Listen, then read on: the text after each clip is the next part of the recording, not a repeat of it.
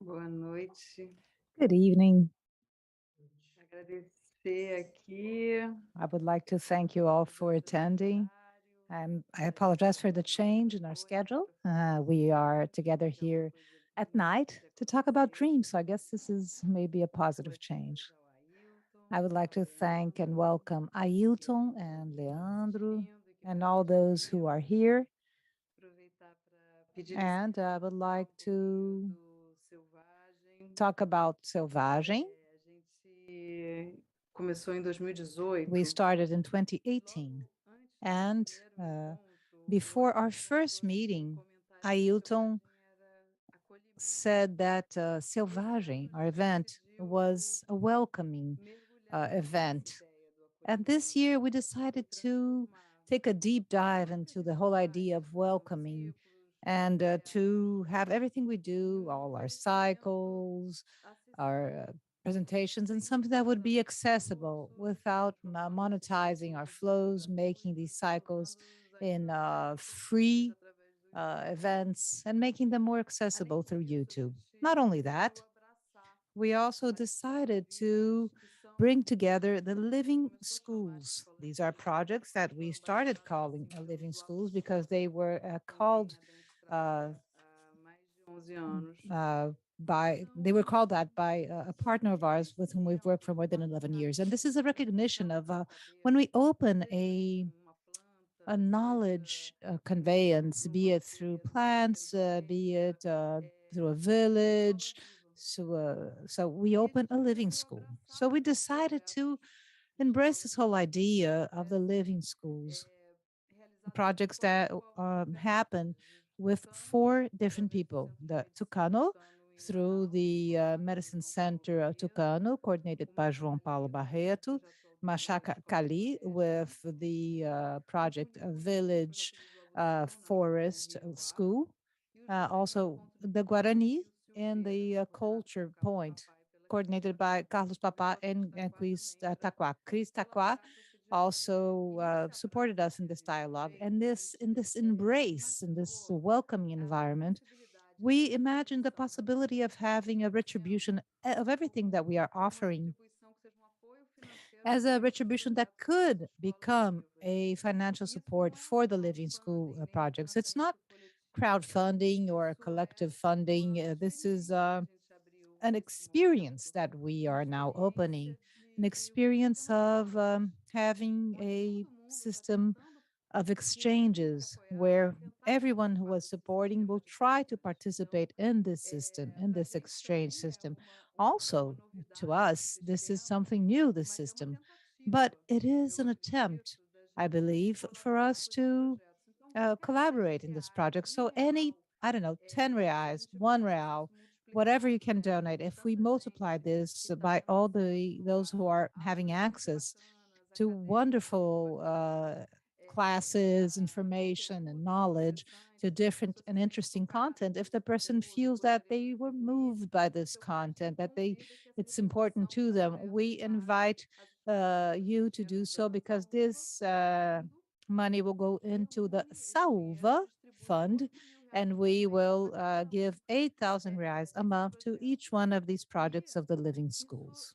é And uma colaboração muito grande, é muito this is an importante. Então, immense qualquer collaboration. It's an doação que important collaboration. acontecer, Any kind a of gente donation é absolutamente will be agradecido e welcome. a We gente will be espera thankful for conseguir that, and fazer we essa hope that we will roda be able girar to de outra maneira num make this país que make this world go não around in this respeita different e country, in a não country that does not considera respect our a First Nation importância people, that does not de consider the projetos e importance of having de desenvolvimento projects de escolas and projects científicas developed by the e a First gente Nation acha people and que Native pode people. ser uma maneira Uh, da gente and so juntos we think fazer that alguma this could coisa be a way for us e se to mover na together direção desse apoio. move Então, in the right direction of dando supporting. essa So mensagem, this is the avisar message we wanted do to que está no convey, just to centro dessa remind you virada de of what ciclos is in the center e, of the peço que cycles agora passe mais para o conversation. Ailton, já And que now ele I would falou like to mais, pass the floor to Ailton. I already receber o Leandro. talked too much. And we like to Muito welcome also feliz de ter esse Leandro. It's such a pleasure encontro. to have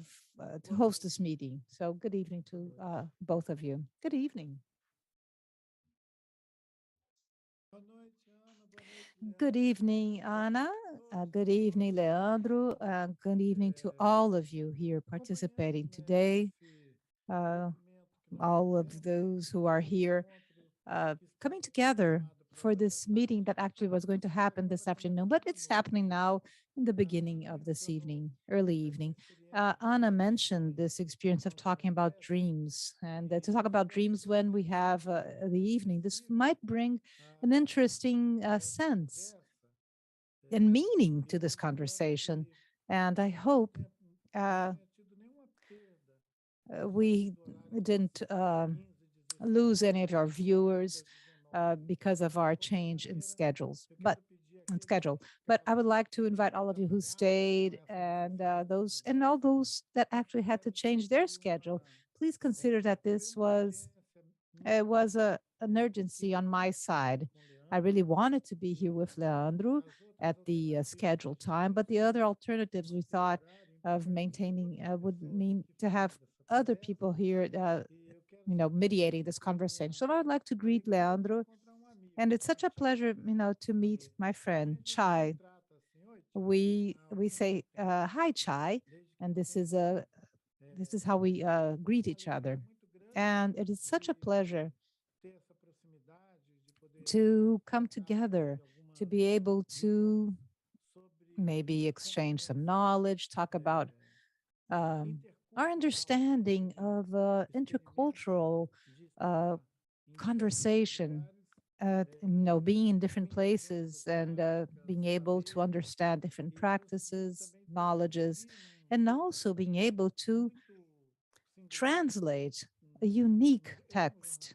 He's a journalist and he has an immense talent, writing talent, and of course this will uh, make him fill the shoes of a writer actually. So I really enjoy reading whatever Leandro writes. And Oka, Muka, the root of dreams, is to me a type of writing. The book Muka, the root of dreams, that is the name in Portuguese of this book. It is a book that will try to introduce this experience to those who did not have it, but at the same time, he's very um, strict in terms of not giving free access, free range to an understanding of these experiences that he had. You had even risks, your life was at risk.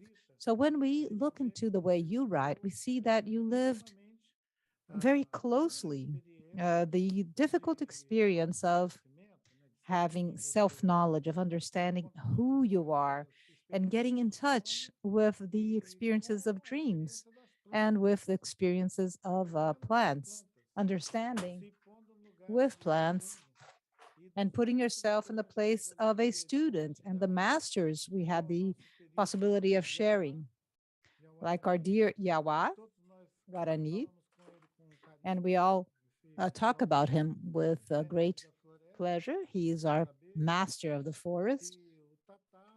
And also Tata, you shared these experiences with him. You were actually his student. And it's so wonderful to have colleagues who were students of under the same masters with different understandings, with their own availability, so to speak. Um, I was unable to dedicate myself to be guided by him to fulfill the whole program, the whole practice. But when you describe the practices you experience, you also allow me to participate, even if just a little of those practices, to better understand those practices. So I truly thank you for having opened some time in your schedule to tell a little bit about your experiences. I'm sure there are other experiences that happened with you after you lived with the shaman Yanawa, and also with the surveys and research you did yourself. I know you um, made a choice of deepening your knowledge to better understand all the savants, the savants that actually will learn through plants. Sometimes we talk about plants and people think about a botanical garden, but that's not what we're talking about. These are other beings, actually, that open different portals to us through plants. And during this conversation we're going to have today, I hope we're going to share with our viewers and our friends who are here together in this circle with us. Maybe we can have a couple of flashes of what we had, what we had the opportunity to experience together in the forest. And it's always beautiful to remember those moments, the trails, the different paths we followed inside the forest along with our dear friends, where the walk around the forest gave or brought or had different meanings. Actually, we never want that to end, that path. We want to continue down our yellow brick road. It's full of stars, of course, some snakes, also some pythons, but we see that pythons sometimes open the paths for us. So it's wonderful to share with our dear friends this meeting with you. And welcome from the bottom of my heart. Welcome to this cycle, to this learning opportunity that we have today for this journey of dreams. Anna made a wonderful reference that you brought to us, which is in my dreams, I can dream with whoever I wish or with whatever I wish. It's a radical, it seems to be a radical liberty, but then we have those dreams that we do not invite into our dreams, or those who we do not invite into our dreams. So yes, you're right.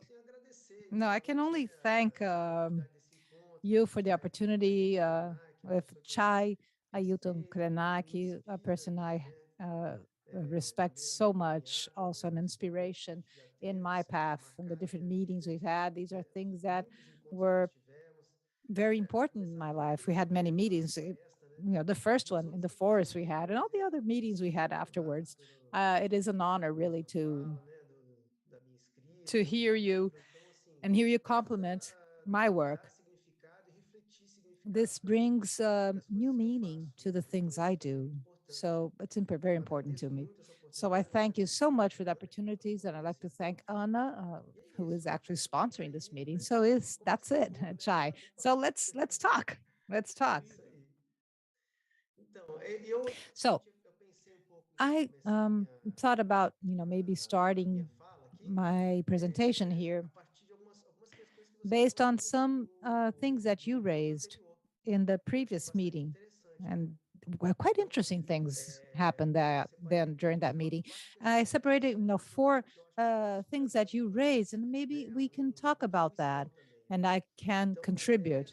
So first is this whole idea that plants will teach through dreams, and they will teach their own use and medicinal properties. This is something we will see among the Native and First Nation people, the idea that someone will come in your dream and teach you or teach that that plant will have purpose, will cure this or that disease or solve this or that problem. This is something that was said during the previous meeting, and it's very important here and present here in our meeting, which is a planta sonho, plants and dreams. But of course, this is a two-way street, because if the dreams will teach us about the plants also are able to teach us how to dream. They also help us dream. They teach us how to dream. So it is a two-way street, actually. It's a true exchange. And another issue that was also raised in the previous conversations was the whole idea of having a common language. We know that plants and humans, how can they communicate, in which language? And among the different experiences I had, I have a couple of elements that might help us understand what language we're talking. So we're talking about a radical idea between a talk between humans and those who are plants. So there are a couple of experiences I will bring here that might help us understand this a little bit better. Also, another thing you raised during the previous meeting was the idea as of a dream as an objective experience. It's something that has been helping mankind to survive since, primordial times. Dreams, not as something like a way to escape or a utopia, but a dream as a practical element to help us deal with reality. Through dreams, the our ancestors and the First Nation people will continue to experience dreams. They have elements that will say, well, that plant might be dangerous, that area is dangerous, take this path, not that path. So a dream is like an objective, practical experience. And then also another thing you raised was this whole idea of thinking about mankind, humanity. What are we talking about? We have, specific humanities. We have a universal humanity. So how do we go about this?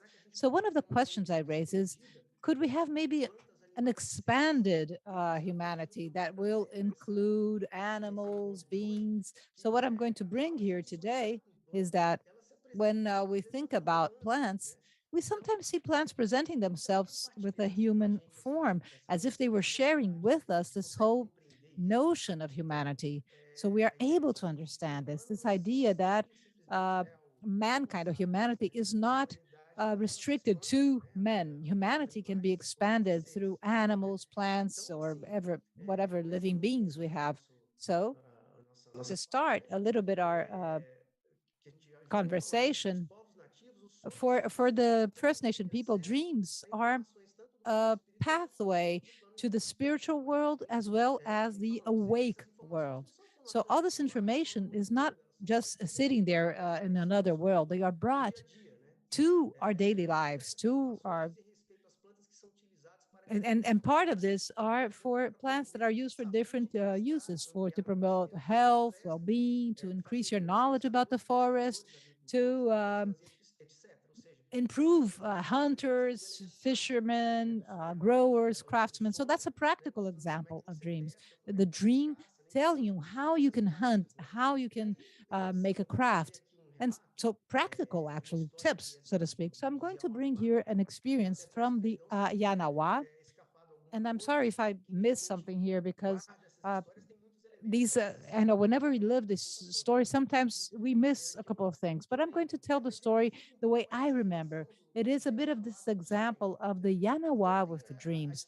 So the story is like this. It's from a healer, a shaman, who was able to reach this level of dreams. And at this dream path, he met a woman. And so he started to have a relationship with this woman. He married this woman in his dreams, and he had children in the dream world. And and he was dreaming for so long that his children here on Earth started missing him because he was dreaming all the time. And so his eldest son, uh, his earthly son, so to speak, said that he then used a snuff tobacco and went to see his father in the dream. And when he got there, his father was in the form of a spotted jaguar playing with his children in his, let's say, the living room of this dream world. And he got his father by the tail and he just threw him down to earth. And he was, and when he woke up, he was on earth. And when he woke up, when he opened his hand was closed. And when he opened his hand, he looked, and there was a pupunho or a peach palm seed, but a different type of peach palm. And so they planted this peach palm and they started cultivating this peach palm. And so these are different elements, interesting elements for us to analyze in this story. The whole idea of having a relationship with someone in the dream world is something that we see sometimes among the native people. This whole idea that you can establish a relationship, even a marriage with a woman in the spiritual world, a woman, because that was the case, but it doesn't have to be a woman. A woman could also be any other being. And that is part of what comes the power, the shaman knowledge, when we have this spiritual, spiritual wife, this spiritual woman, this spiritual family. Another point too, it's something that we also talked about, that the things that are around us, they have been at some point in the dream world before coming here. This idea that the dream draws the world we live in. The world is pre-drawn by dreams. And this thing about the peach palm seed caught my eye because the seed did not exist before the dream. So it's a little bit of this concept that what we have today has been pre-drawn or dreamed so we could come to our world. And then I'm gonna talk a little bit about my experience with Muka here in the first picture, and this is my first suggestion of a picture. This first picture here, we have Ubira Jr. here. They were preparing the terreiro, the yard. Can you see the image? Can you see the picture? I don't really know what to do.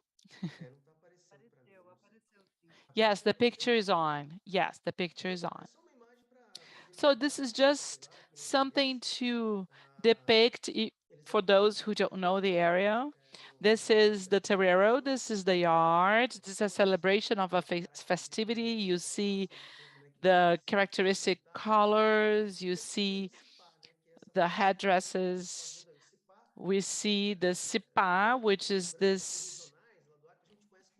the white, which is the resin of a tree.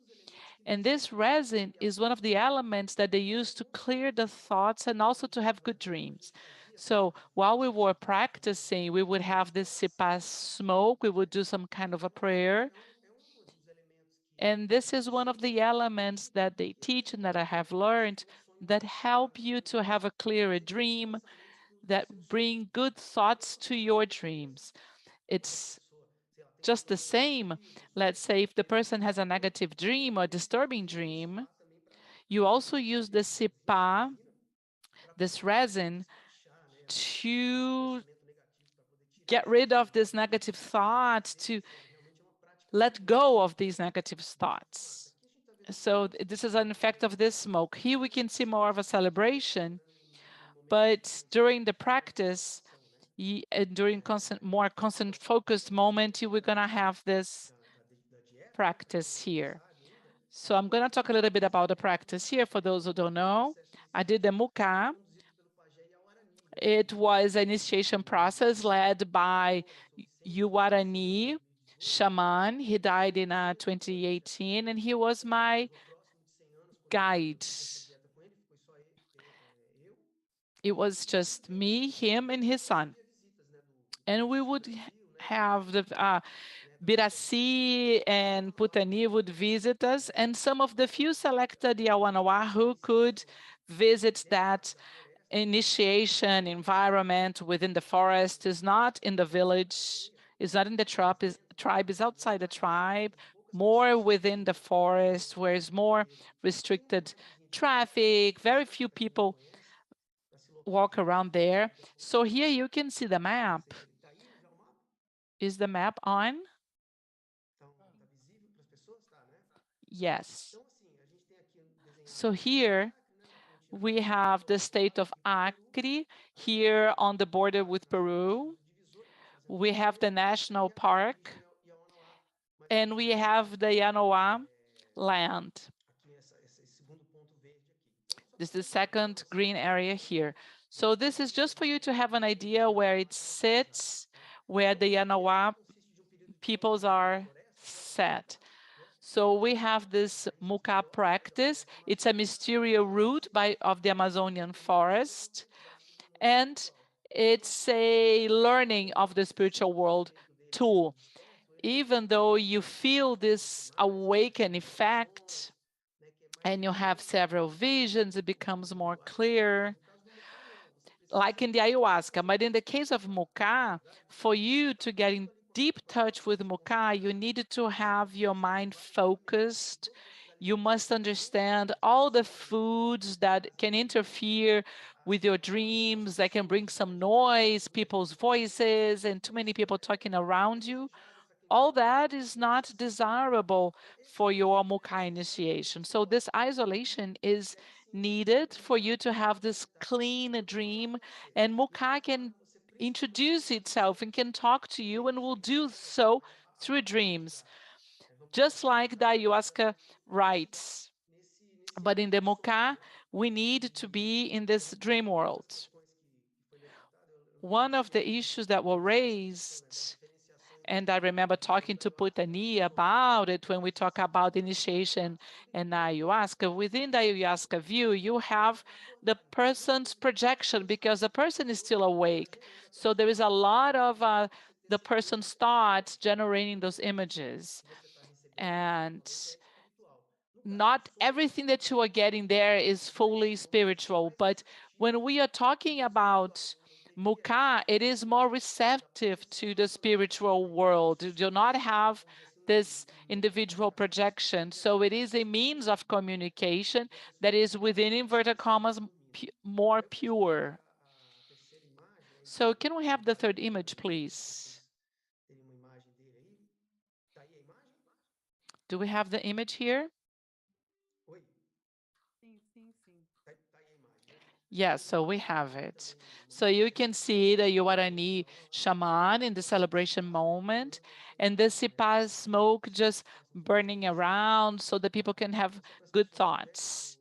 Just for you to have an idea, Yanoa shaman was a great teacher of the Yawanawa people, keeping the traditional knowledge, and he died in 2018.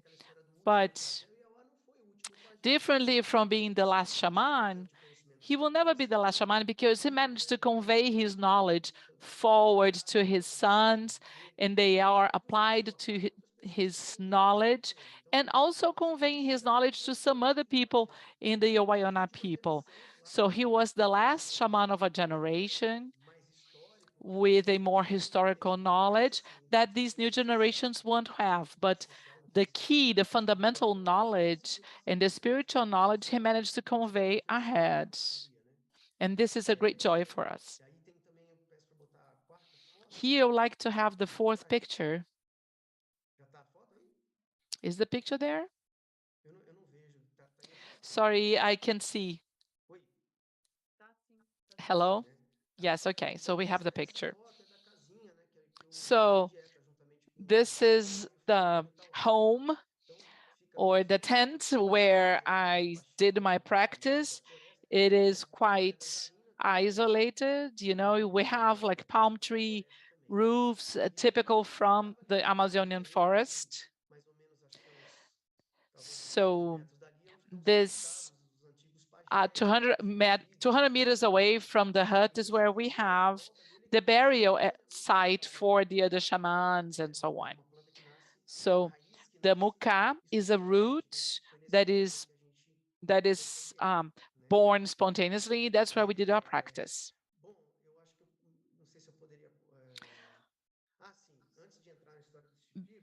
Before we talk about Shipibo, let's go a little deeper into the muka. A good way for us to talk about it is about the different forms that the plant can take in this dream world, because in our everyday, we see it as a plant, but how does it present itself in the dreams? In the case of Muka, it showed in different forms. During those 3 months of practice, I dreamed a lot. Sometimes it came as a man, or the elderly, or a boy, or a woman, or a jaguar, a macaw, warrior, even superheroes. You know, this is one of the forms that the Muka communicated with me through my dreams. And sometimes we bring the issue of language.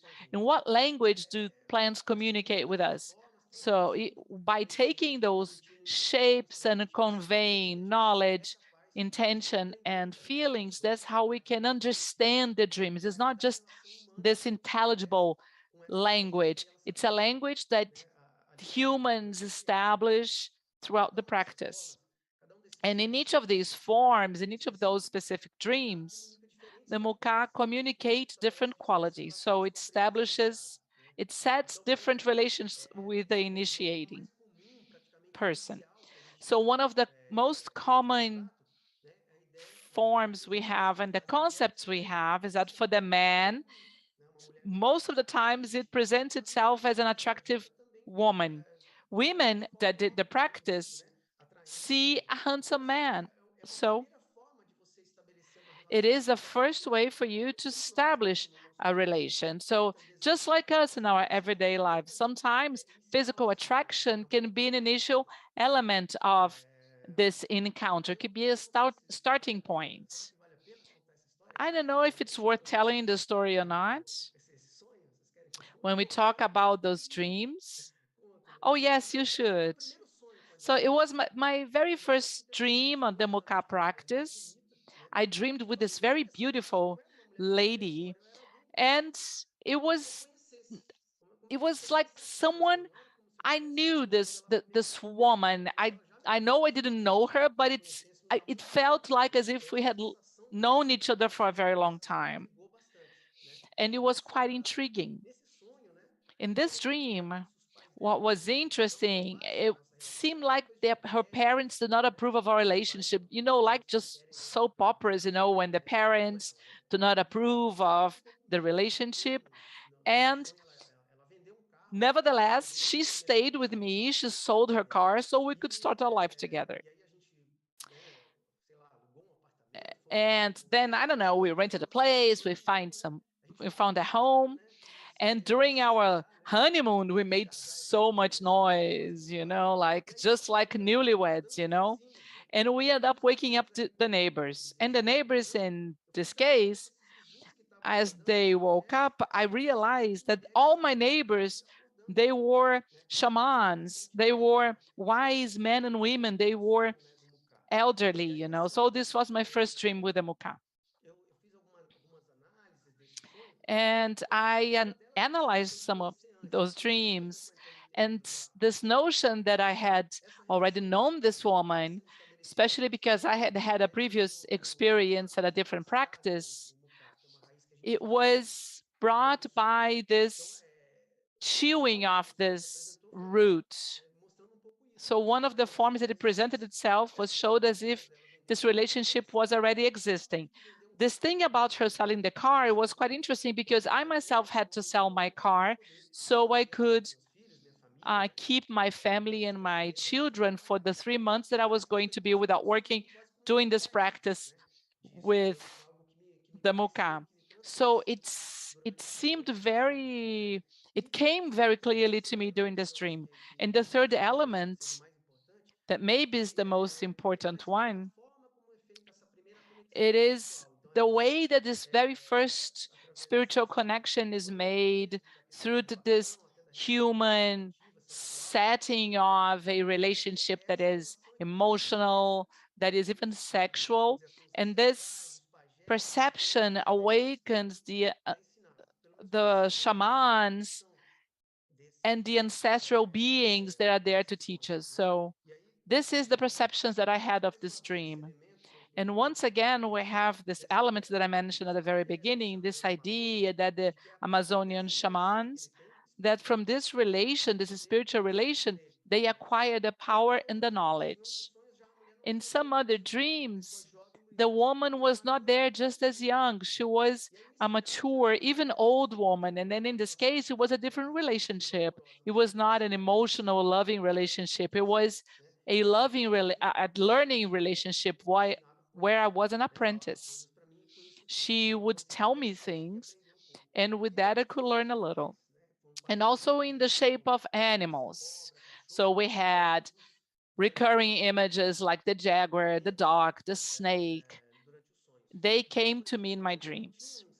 And each of these animals had a specific meaning. So let's say the dog, at the practice context, I had a dream that I was receiving a puppy.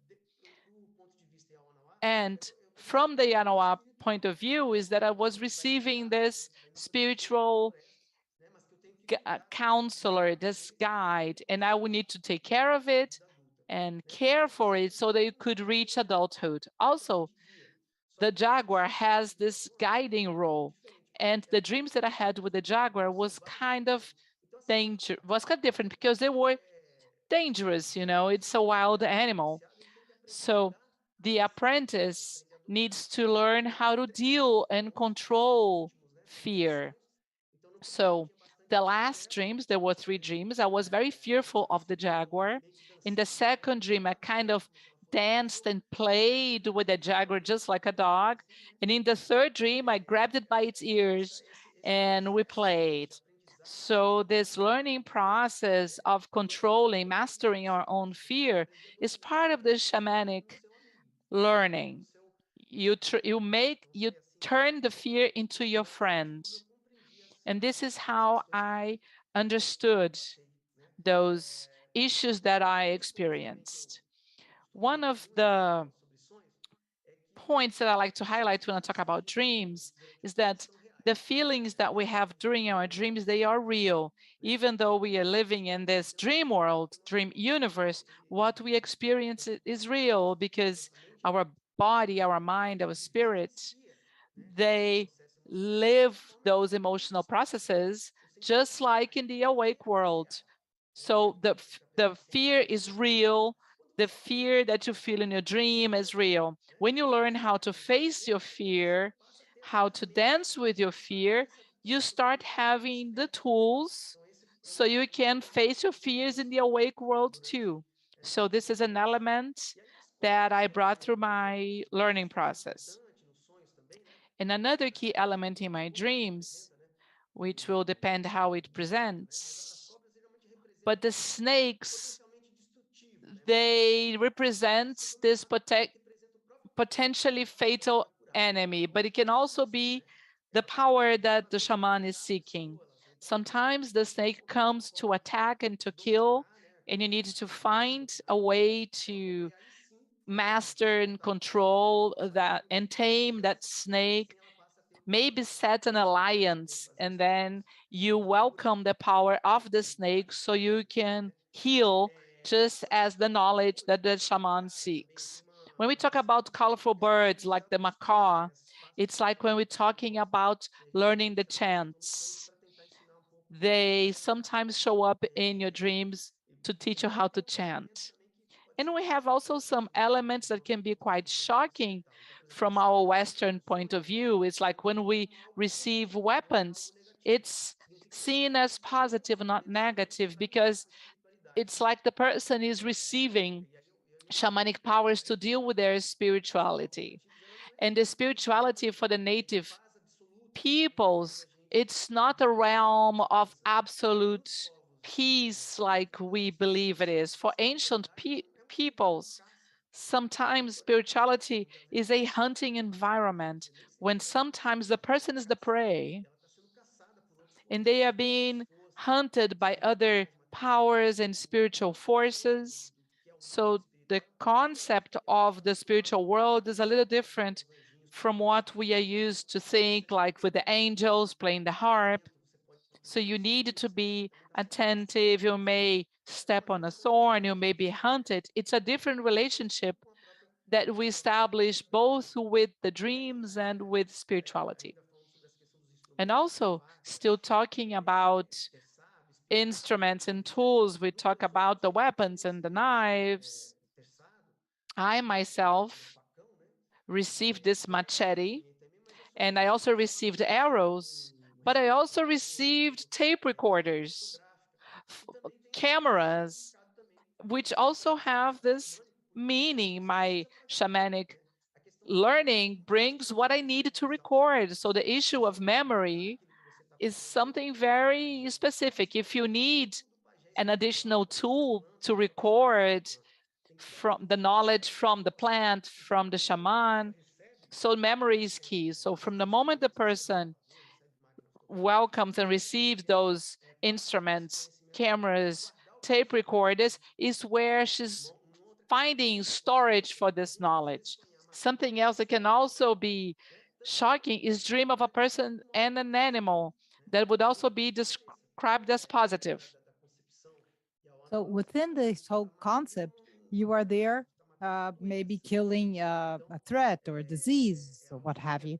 So it's something that, depending on the context, of course, it's something when we were thinking, when we were dreaming in our practice, if you're killing someone, you were killing actually a disease, something that was actually bothering you there. So this whole idea of spiritual authorities are sometimes represented. They show up in your dreams with this idea, like maybe a soldier or a police person. Uh, so this is something that sometimes even falls outside of our own understanding of what a soldier or a police officer will represent to us. And the presence of these authoritarian uh, presence would, it seems that this means that someone is putting things into order. And of course, this is a topic that I only touched upon. There are different things that I have still to talk about. But another important point for us to consider is the type of dream that is sometimes a recurring dream, not actually recurring, some a dream that would happen frequently, is to dream of someone that is dead or diseased, and you have to actually relive that person. You have to resurrect that person. And I had this in my practice. I first dreamt about a friend, a coworker, and she was in a wheelchair, and she was in the middle of a labyrinth, sitting in a wheelchair, and she wasn't able to walk.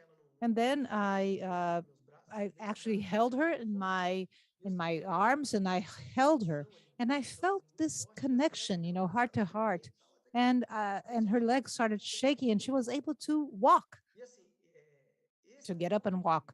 So this is a point that sometimes presented to those who are in the spiritual initiation, that curing people in dreams, you're not you're curing that person at a different level, and you're also learning how to cure.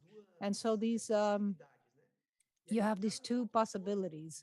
And in another dream, this I dreamt about a brother uh, who had died in an accident, and he was bleeding, and I wasn't able to get close to him. And because the fear is real, the feeling of having someone close to you, and I wasn't able to get close to him. And then that same night, in the next dream, I dreamt that I was in a circle of native people, and they explained, listen, this, your brother is okay. There's nothing wrong with him, but it's a learning opportunity. And you haven't yet learned that. You have to learn how to deal with that. And this is a description. This is a experience I had, and talking to other people, they actually talked about it and dreaming about a dead person, and sometimes you just blow in that person's face, you make that person relive or resurrect in your dream. This is also part of your learning opportunity. What else? um uh so the idea of superheroes, it's an interesting element in our culture now, in our Western culture. It has nothing to do with native population culture, because of course they have their own myths, they have their own superheroes in their myths, or something similar to superheroes, beings that had maybe superior powers, and they're present in those myths. And in our society, our Western society, a superhero is something that will fill that role. Um, and for instance, I was dreaming. It's even funny to say this, but I dreamt about Spider-Man and Batman, and Spider-Man would come and talk to me. He would come and talk to me, and he would say something that was very similar to what uh, he talks in his own story. The whole idea of responsibility, and I was trying to leave behind my own responsibility. It was too complex, and I would run from. I run I would use like, my powers to jump from one building to the next, and then Spider-Man would catch up with me and said, "No, listen, you have to look at your responsibilities." And I understood that that was the whole idea of responsibilities, and then no matter how hard it was, I had to uh, be responsible. And then also Batman came to me. I dreamt about Batman, and Batman came to talk to me, and he said, well, I was in my dream, I was, maybe I was, trying to provoke something, a spirit. I was almost, touching the spirit. And he said, listen, don't do that. You're not ready to deal with the spirit. So you're not ready for this world to deal with this. So it was also a learning experience for me. So this is how I understand this, that muka and plants in general, roots, they help us communicate in a way that we are able to understand. And we, of course, we can improve this language. We can learn the different layers of this communication. So little by little, you can improve your knowledge. But the way that plants communicate with us through dreams is the way that we are able to understand it. They become accessible. They will convey something that we are able to understand. And well, I talked about some of my dreams. In my book, we have 33 dreams. I tell through 33 dreams. Can maybe show the picture of a book? Do we have the picture of my book, of the cover of my book? Let me see. There it is. Um, yes. Okay. So this is just for people to see what the cover looks like. So the book in Portuguese is called Muka, A Raiz dos Sonhos. In English, would the free translation would be Muka, the root of dreams. So the whole idea of interpretation, not only the dreams, but how you can interpret those dreams. Interpretation is as important as dreaming itself. To have stop and interpret your dreams. With the Ayanawa, I learned this method during the practices that was very common. You can dream during the wee hours, and you wake up and you have that dream. You remember. Sometimes they will light a fire, and then you will sit around the fire. You can warm your body. You have your snuff tobacco, and then you have sometimes a shaman or another colleague that is also preparing that initiation, and then you will tell your dream and you will tell each other your dreams, and you start interpreting it. This is something that we do frequently. We always had the dream telling moment, and then we would end up learning with one another. So that was also important. In my specific case, we had the first interpretations were the Guarani with Birassi, and Putani also helped me interpret my dreams. And then they said, listen, you have different things that belong to your life, and I'm unable to understand this whole idea of superheroes. Sometimes with spaceships. So from universes that do not belong to our culture, and they said, listen, you have to learn to interpret your own dreams because these are elements that belong to your life, to your culture. So I started, to uh, work with this and better understand. And also, Kawa, who was there with me, he started telling me about his dreams, and I was also helping interpret his dreams. So what we say here in Muka is that what you do during your practice, during this process, you do what we call a kawa waking. It is a consecration, a devotion of that knowledge that they have acquired during that process. One of the things I did apply was this whole idea of dream interpretation, and I still continue to do this today. Sometimes I send messages through the through the internet, through Instagram, to interpret dreams. So this is a very interesting learning opportunity for everyone. We can do it both with ourselves, of course, and eventually with other people. And I can see that this in time is something that I have been improving and learning more and more about this, about dreams and their different meanings. Um, uh, should I was going to talk about maybe the Shipibu practice, or maybe I should pass the floor to Ana or to Ailton. Wonderful. So, and what an experience. Amazing. What a interesting experience you have shared with us from your learning experience, from the initial phases with the your partners, your chai, uh, bringing you together and helping you understand this very interesting experience in the forest, and this the way you have immersed yourself in this uh, experience. There is this constitutive uh, element. I heard you more than once talking about native people, and I thought about this amazing world. Native people are, in a certain way, confined in these last places where there are forests. And how about the other people? And now, when you talk about humanity, what is humanity? What is a consensus? And when we think about native people, is to understand that there is a primordial mankind, everyone shares. I remember another master of mine in the area of the environment and in the 80s when people started saying, well, this is organic, this isn't organic. And he was very radical. And he said, everything is organic. And I thought it was amazing for him to really, he was shaking me up, saying, listen, stop, listening to all this chit chat, superficial chit chat of what is organic, what isn't organic. Everything is organic. And everything on earth is organic. And I said, wow, you're right. To imagine that everything that is created within this amazing organism, which is Gaia, the earth, Mother Earth, everything on it, in it, is organic. Everything that comes from it is organic.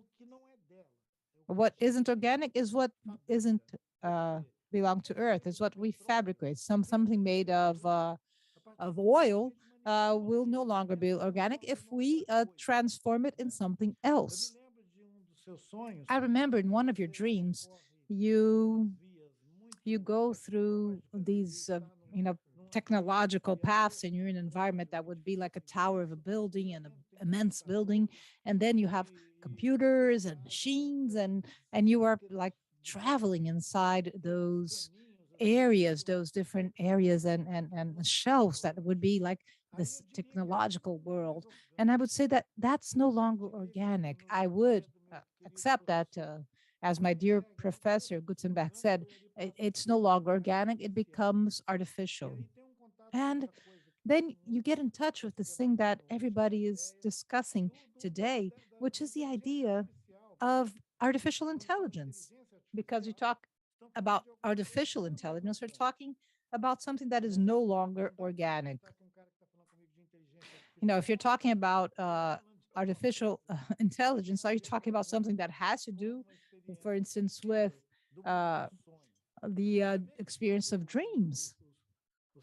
And when your colleagues in the forest said, listen, when you start going with your machines and other areas and other superheroes, you have to talk about this with your own references, because we are unable to interpret this. We don't have all the necessary elements to understand that. So um, I find it wonderful to see these differences, different experiences. And it is also determined by what we call culture. A culture of a person can be very determinant of the type of dreams. And I was considering that uh, a forest in its more different senses and meanings. A forest is as if it would be the privileged laboratory for someone to come close to this reality of dream, to maybe dwell in this realm of dreams with the same will, joy that they will experiment during their awake moments, when they are alert and awake. And to live in that place where someone was able to find these excellent reasons, and then you maybe fell in love with someone and you went to live in somewhere else. And this also reminds me of insistent tip that a dream is a parallel world to this reality, the reality that we share. And this is already a convention, actually. Of course, reality is a convention. And many people agree that one thing is reality. The dream has so much density as much as a so-called reality. But there are those who rather walk in this reality. And if you invite them to go into another place, like this whole idea of São Pedro, Saint Peter, and you say that, oh, Jesus was walking over the water, and they saw you walking over the water, and can I go there too? And he says, no, come. And then he sinks because he can't walk on water. And then when you're invited to walk in these areas where you have this density, this meaning, and they say, no, no, I'm going to sink. I'm afraid. So I found it very interesting, and it does contribute for those who follow this cycle, this whole conversation of dreams, to have this understanding of knowing that fear is something that we is something that we have to work in our dreams. In our dreams, we have to work with these actual fears here on earth. You know, if you're not able to live a different or difficult situation and we try to escape from that, we flee, it's because we don't want to live this experience. And I remember some of our masters, some of them, some of the things that we felt is that those were people that no longer were afraid. They were already living this place of dreams, of visions and dreams, that they weren't afraid anymore. There was nothing that they feared. And so maybe it could be this whole idea that Buddhism brings, and they call it to develop your meditation practices, self-knowledge, to the extent that you no longer fear everything. You reduce your level of fear, the fear of being alive or the fear of dying. During the pandemic, I was observing something that, and I said this about it, you know, there are lots of people that are terrified of dying, are afraid of dying. Lots of people that are afraid of dying. And then I stopped to think about the meaning of what I was saying. You were scared to die, and we can only imagine that when we are no longer afraid of dying. If you have lost half of your fear, can you imagine that someone will die of fear, just of fear of dying? So to dream is directly related with this whole idea of the fear of dying. In your dreams, the dreams you share with us in your book and your writing and your essays, they show us this warrior-like courage you have of going through your dreams and visiting these places that you are afraid of, to go maybe in the future, move ahead, maybe in another place, and maybe you have already solved your issues with fear. I remember once you were traveling on a motorcycle, right? And I was imagining all your stories, you know, the stories you would tell me about your motorcycle trip. And you said that sometimes your bike would break down, and said, if this child was able to have this understanding of what he is doing, his spiritual path, how why does he want to go to these earthly adventures of going around the motorcycle? But it's your availability, your possibility of overcoming uh, this fear. It's something that will help us stop fearing death. And I keep imagining how important it was to you to feel and meet your Shipibo relatives, our Shipibo relatives. You left behind the hell initial or initiations experience in the Yamanawa with the other colleagues that you had that had taken ayahuasca and other plants and other roots and other understandings and knowledges. And then you meet these other relatives of ours, the Shipibo, more closer to the Andes. This is another completely different experience. It's another ecosystem, another type of forest, another type of plant, animal. And so it's wonderful to see how these things mix and match, and how many portals you are able to open through it, that just open and cross knowledges that we will be able to acquire in time. And this should also be a feeling that we have that the forest keeps on existing, not just as materiality, but as a tree, let's say, but the forest has trees, it produces water, but it also produces other things that are neither water, not trees. It produces subjectivity. It creates conditions for us to dream, for us to learn other transcendences. So we should also invite people to open their perception that the forests, they have transcendence. They don't have just material.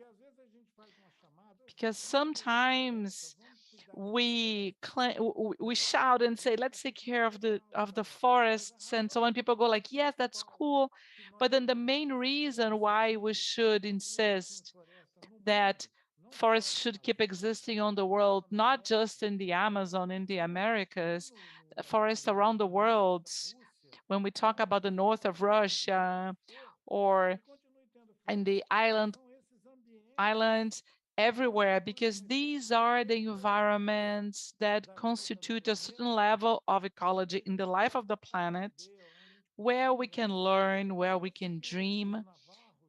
It seems, I believe that the Navarros, our relatives in North America, some of those peoples that would go into their own practices on the mountains, they would climb the mountains to be away from their routine, away from all noise, all interference, so that they could have their initiation. In some sense, they had the same attachment, the same admiration for this forest. So even though it was not packed with trees, that forest needs to keep on existing so that we can leave the swamp of noise of our minds, of being surrounded by human beings with all this mess that is the so-called, the humanity naturalized experience, where we have been onboarded. It seems that in the 21st century, there's nothing more lonely than being human, more solitary than being human. And what you said is that we could imagine a humanity that would be expanded. That is, the human experience would be expanded. It would not be this private thing of the Homo sapiens anymore. That has also been led to some provocations saying that the Homo sapiens is wrong. It's a wrong experience. So if we leave this human aspect out, it would make total sense that this jaguar that I saw in my dream could be my aunt, my grandmother, because she is human too. When we talk about the bird, the snake, whatever, I still have some dream ideas that I needed to exchange with you, but could you talk a little about your approximation, your closeness to the Shipibo relatives? Because they also have a beautiful concept of dreams and knowledge and learning. And since I mentioned science, I didn't want to remind you that you showed us during some time, ancient humanity, they had a science of life, and dreams were part of this science of life. You could have a new seed that you collected from your dream so you could have a new plant. You could bring something from the world dream, from the dream world, and bring to this world that we share here, something that will enrich this world, this enrich this generic humanity.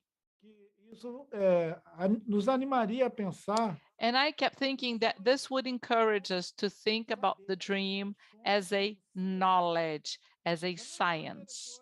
The same way that today we insist on separating science e conhecimento, and knowledge. a gente precisava We ir mais à must, frente we e needed to go further, entender deeper, que and understand that implica science em implicates muitas outras experiências on many other experiences of knowledge. século XXI, And that in the 21st century, se especializa como ciência, what perde has been specialized por não ser as capaz science de is missing out a lot because it cannot navigate these worlds. chama em alguns momentos de These worlds that sometimes you call dreams, experiência but that they also are transcendente, a experiência a transcending experience, an experience that you at some point call spiritual. And I myself isso é ciência. feel more and more that this Quando a is gente a conseguir science.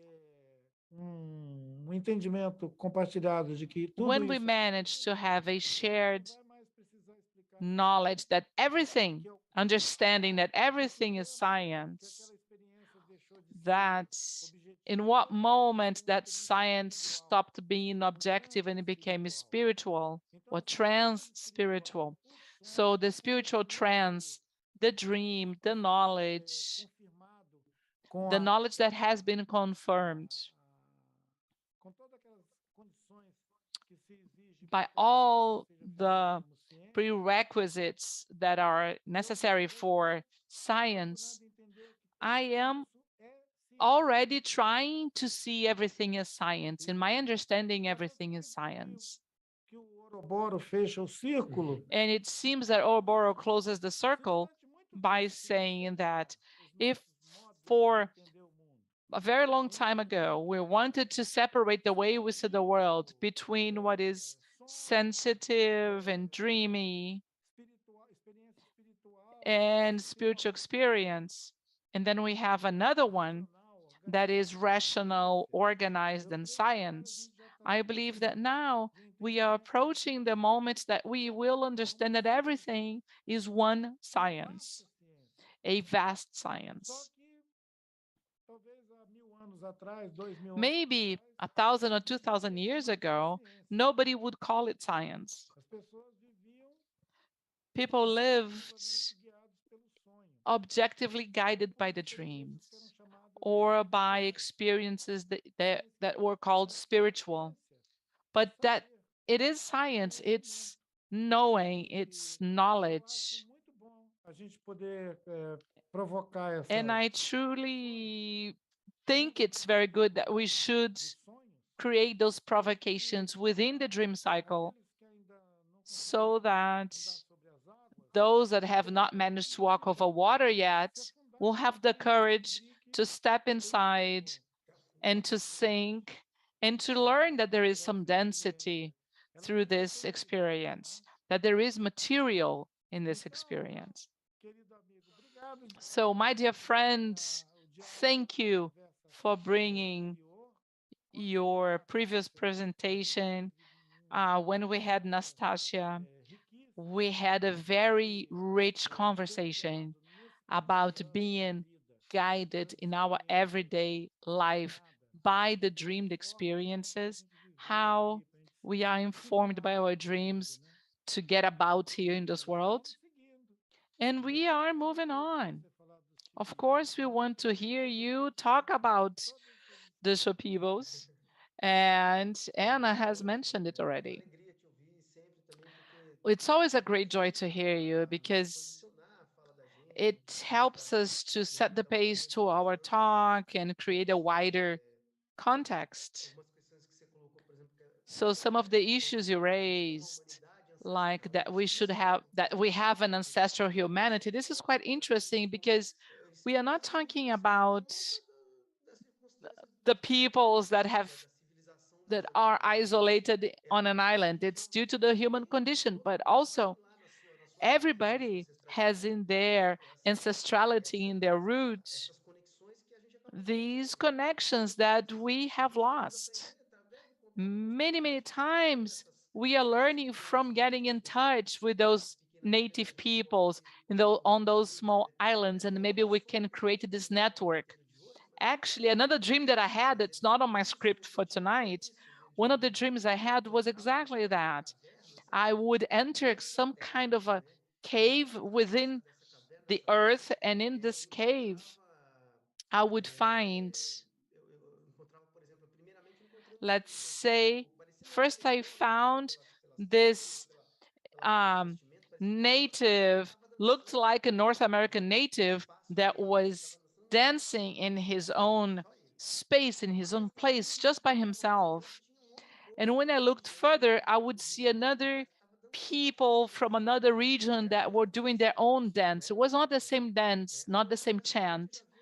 And then even further, I would see this African African Black person just doing his own dancing and his own chanting. So it was not this single humanity, each one with their colors, their chants, their dances. But when I looked down on the floor, it looked like a network. They were all connected somehow. They were not totally isolated. They were their own place, but not isolated. And maybe we are trying to do this today when we use this internet world, but the shaman already did it, which is when we talk about the ancient shamans that would manage to spiritually or through dreams or ayahuasca or their powerful plants communicate with other peoples. And maybe this network is even more ancient than we can picture. So my concept of humanity is kind of that everybody on their own, at their own place, doing their own chant within their own spiritual and ethnic identity, but all for this planet Earth together. Another very strong issue that you raised on technology is something that it's very present when we study dreams. Back in the Shipibos, I dreamed of so technological instruments, you know. Sometimes we would have like a helicopter, even according to their own description. It's not about just about the white people. When we talk about the boat, a motorcycle, a car, and I try to understand why is that? Maybe because of the contact with humanity itself, with the white community, with the white civilization that will bring this contact with technology. But I also understand that when we dream of this technological element, when we talk about technology, it's the capability of doing things. The tape recorder has the capability of recording. So it's showing that this plant, this being, this spirit can record, can work with memory. When we talk about a yacht, we are talking about speed boat, you know, we're talking about having the speed for your thought. So maybe this is my interpretation on that. Maybe those technological elements we dream of, maybe they are translating capabilities that are inherent to the plants. There are organic capabilities. Technology is not just invented out of the blue. It is an apprehension of capabilities that are present in nature. So it's quite arrogant from our society, from the white world, to understand that the forest is primitive, nature is primitive. What is good is whatever everything that I have on my cell phone at my hand. But the ability of communication is it's much earlier than that. When we talk about the shamans that could do distant communication through other means, we would have transcendental spiritual means. So I believe that what technology brings today, it's a way to create a material density to capabilities that are organic, they are natural, they're inherent to spirits. So speaking a little bit about the Shipidos, I don't know what you're laughing at, but it should be good. But let's go. Let's talk a little bit about the Shipidos. Maybe let's show the picture that we have. Do we have it on the screen? I can't see. Da tecnologia. Tá aí, tá aí. Então, esse eles têm duas classes de So desenho, they né? have two different classes of drawings. This is one of them. These are drawings that value more round forms, curves, and you have several interpretations on their work, but it looks like a computer circuit if you think about it. It's a technology that they have to talk about nature connections, the connections between plants and humans or non-humans, that, as anthropology says, that are humans too, the spirits. So those curvy lines, I have seen an interpretation saying that it's a representation of the human brain, and there they say it's the pathways in the trees.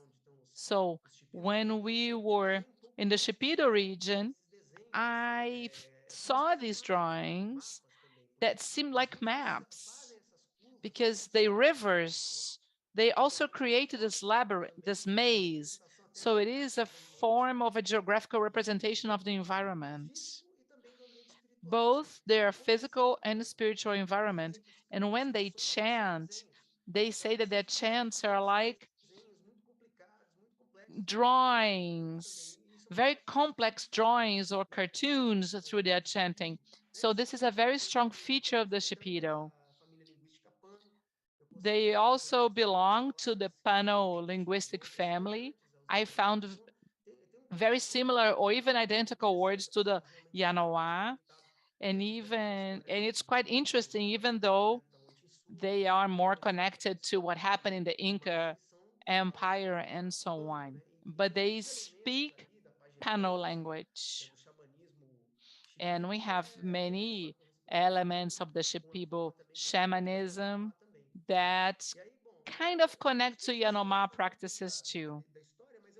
So I started having touch with them back in 2009, but only in 2019, 10 years later, that I managed to allocate a larger period of time to be with them. Because if I want to deepen the knowledge, it's no point in just spending a week or a weekend.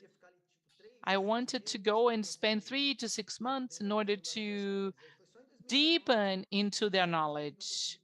So it was 2019, just a little time ago, and I managed to spend some time learning how they thought and their knowledge. We can move into a map now. So it's a map that it is far, but it is close at the same time. I was staying in Cruzeiro do Sul, which is a nearby city, and then you have this large forest here, but there is a sharing of biology of forest, even though there is not this highway or road connection. You will see in ancient maps that Shipito also lived on the Brazilian side when we had those rubber migration movements at the early 20th century. And then they moved back to those Ucayali area, which is the area they considered to be their ancestral land, where they were settled for a long time, which is from the Ucayali River, which is one of the rivers that feed the Amazon River. So when we talk a little bit about the practice, in the case of the Shipibo practice, it goes through the same standard of food restriction, sexual abstinence, but they are less strict and they are not as lengthy as the Yanoa. There is like not 3 months practice, the shorter practices.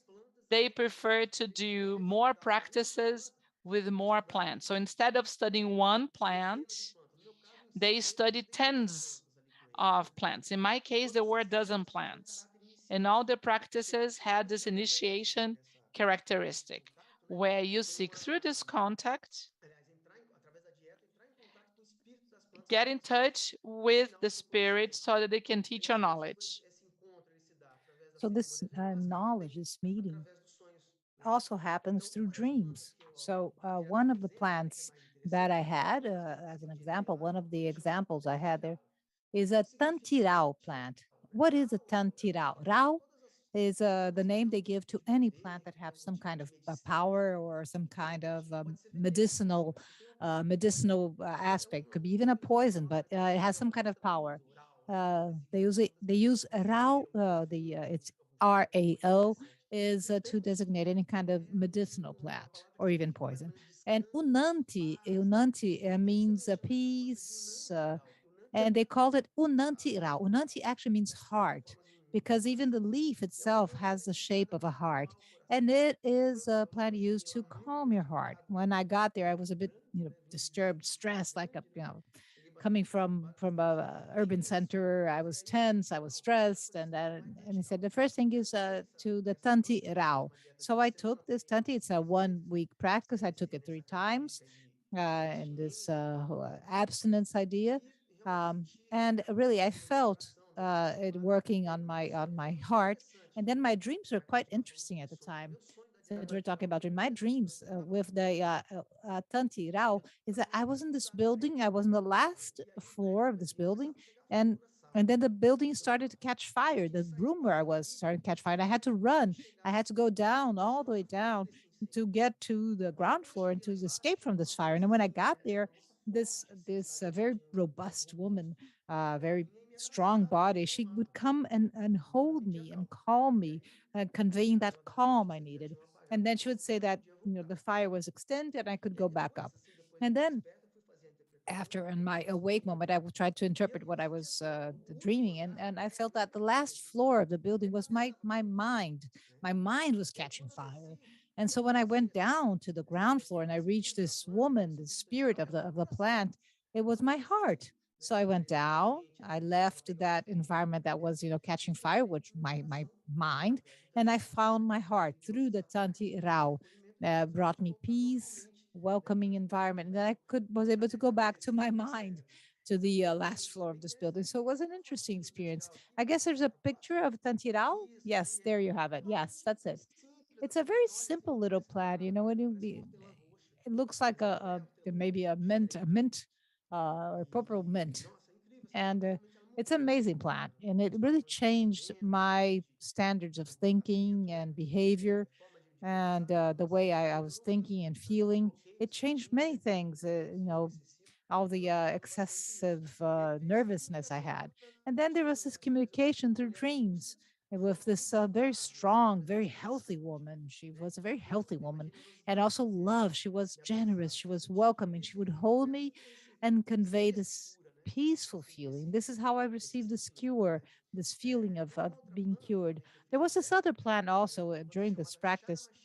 It's called Shara Mashisho. I don't have any picture of it. It's the same family of a basil, but it has this different. It has a different scent. I don't know what is its what is a botanical classification, what it is, but it's a plant that also we used. It had a perfume, a different scent, and so we all did it together, all the colleagues there with us. We did this practice together. We took it together. It's called a Shara Machicho. And some colleagues said that they had got in touch with this plant, with the spirit of a man, a young man. Others said it would be a woman. It really depends. So it said, oh, the spirit is male or female. It really depends on the relation you establish with it during your practice.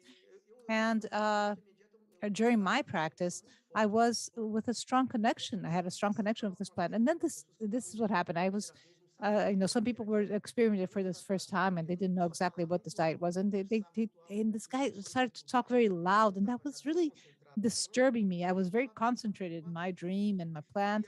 And this guy was speaking really loud. And then at the same time, I was really bothered by his voice. And then in my dream, I started seeing this wind, a very strong wind coming. And I was in the city. It wasn't a forest region. It was more of a barren area, maybe, I don't know, desert of Mexico or maybe Peru. And it was a dry area and surrounded by walls. There were stone walls surrounding the city. And then this very strong wind started blowing, and the structure of the city started shaking and being shattered. And everybody was scared. I was scared too. And then this woman would come close to me and said, "Look, come on, let's escape, escape." And she started holding the wall back. A very strong woman started holding the wall back. But then the wind was so strong, and the wind and the wall fell. And then the wall actually fell, and it broke the woman's neck. And the next day, I woke up, and then I felt this. Oh, I had this horrible pain exactly where she had broken her neck. It was, the whole day I had that pain on my neck. And then there was the ceremony in the evening, and I talked to the shaman and to tell him about the dream. And to me, it was very clear that that wind was the voice of the other guy that was really disturbing my practice. He broke my practice. He broke my connection with his voice, his strong voice, sort of screaming this other guy, a very high voice, and then when I took the ayahuasca, it was even clearer. And the master started singing and chanting, and then I started to form that image of that woman again, and this woman was reborn, revived. And he said, "No, I'm going to let's fix this practice." And through his chant, he was able to um, revive that form, that woman. And so that pain I had in the neck became sort of a fever. I started sweating a lot, and then that was it. And that was it. That was it. I had no longer the pain, the fever. So this was the contact I have. So this relation between the practice itself, the intake of the plant, and then the dreams and the ayahuasca. So this is the understanding I had. And then um, now talking a little bit about the most important practice was the tree called Niwo Rao. I guess we have the image. This is it. So this is the Niwo Rao. Diego, he's a master. He is the one who guided me. He was born in this culture, in this it's something that he had for many generations, his grandfather, his father. And here he's blowing a pacho, which is an artisanal cigarette, kind of to asking a permission to gather this tree, to cut down this tree. So in this case, this is a tree we found. It was a small tree. And when he talked me about the meaning, so it was Niwu is wind, and Rao is medicine. So it's the medicine of the wind. So this is whole connection, a very complex connection.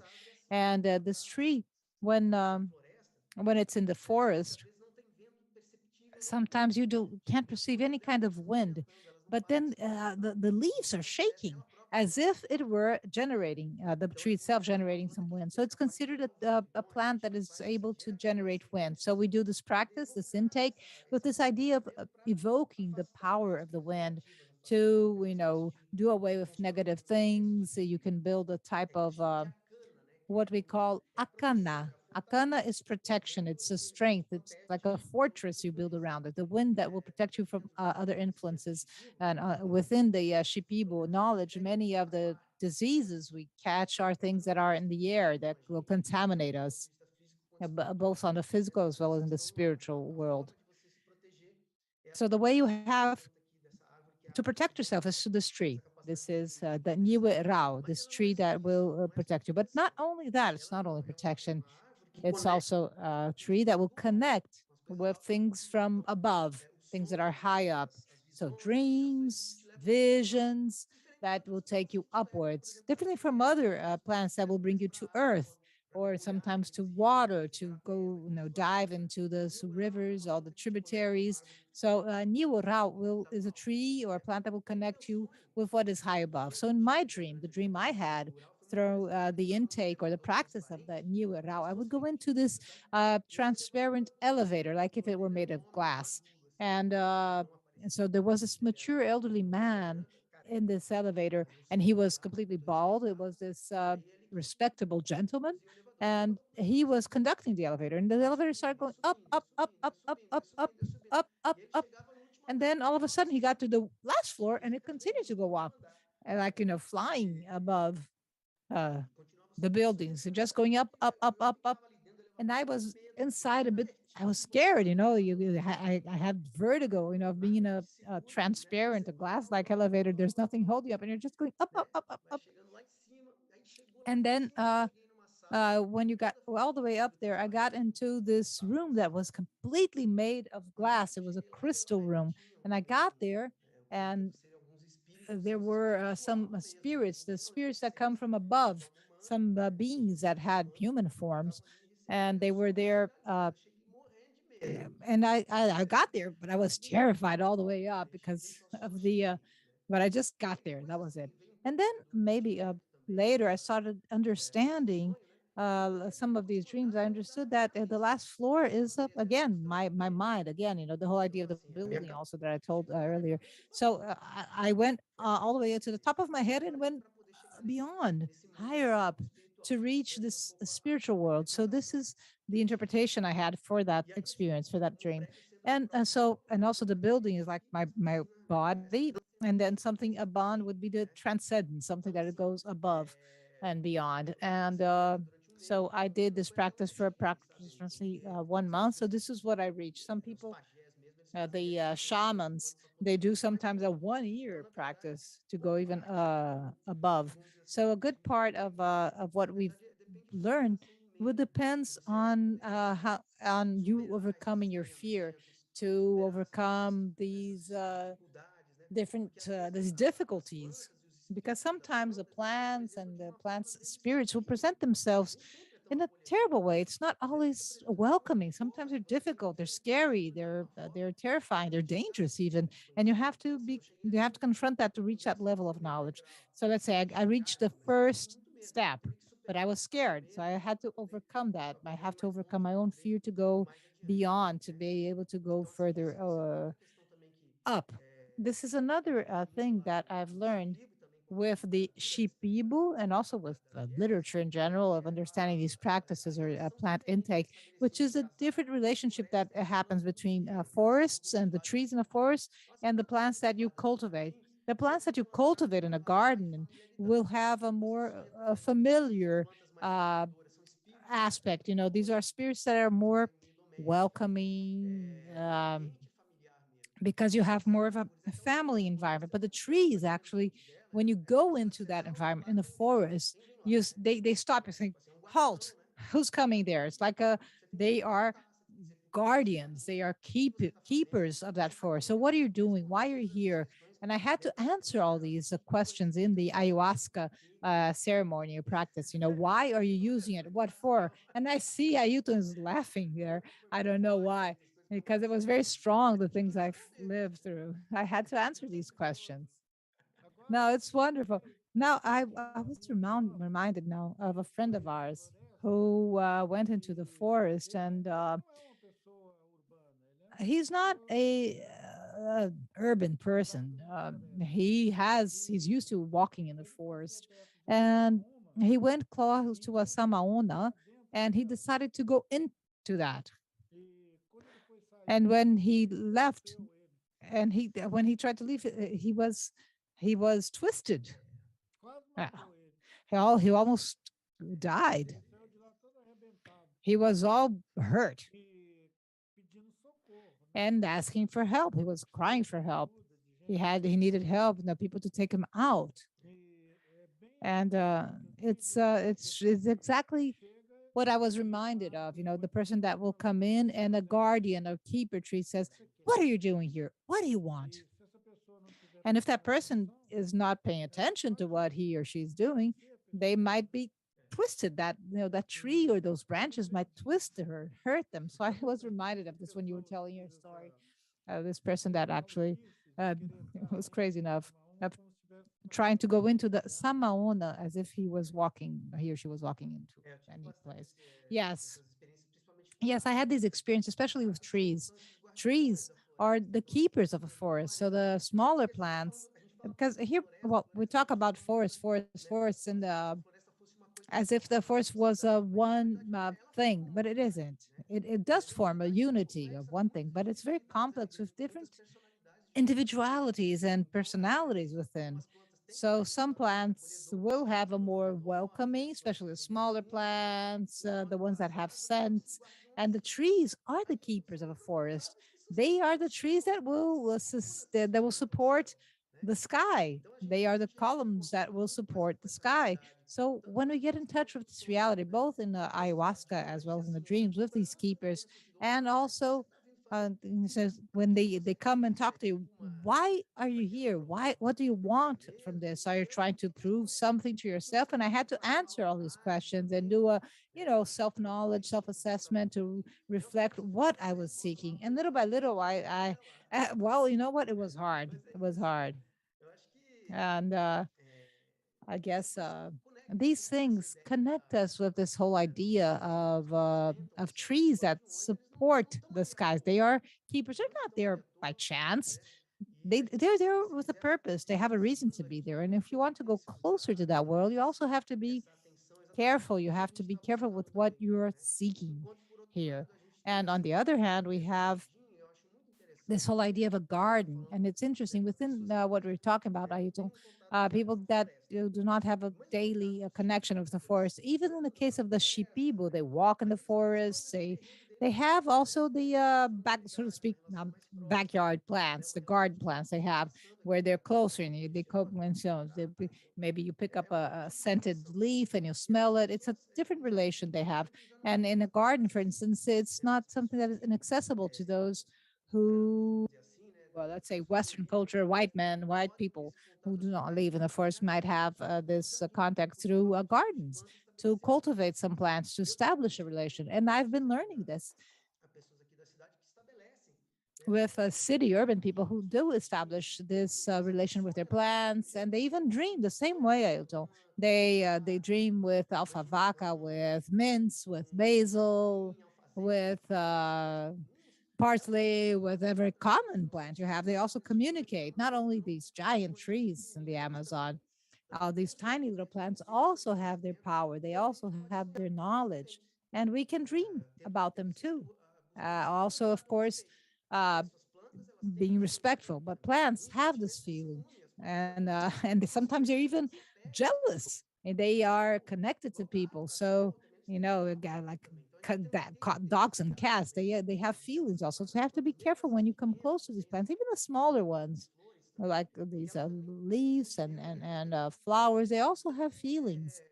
They connect to us, and they want to have some kind of reciprocity in terms of our feelings. This is what I've been trying to understand in this whole idea of what kind of language will plants use to communicate with us.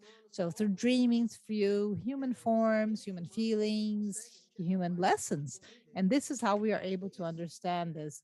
And that's, I guess this is my explanation. And I guess that's what I had to share with you. Maravilhoso. Oh, wonderful. Anna, O Leandro mencionou Leandro was mentioning a proximidade com as plantas uh closeness do to jardim, no plants in quintal. the Como garden, é que é in o your nome daquela backyard. mulher Uh, que that faz a imagem woman that does de that, cada uma the images of each one of these plants.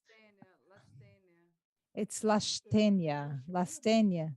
Is she Shipibo? Yes, she is A Shipibo. She is from the Shipibo imagens dela native nas flechas, population. We assim, brought her in the arrow, the sap. She was presented to introduced to us by Krish Takwa, and she talks about plants and diseases. She sees plants and disease, the form that they take, and they represent.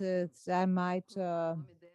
We can, but we later we can put her name here, and there are many questions here regarding names and references of what Leandro is talking about.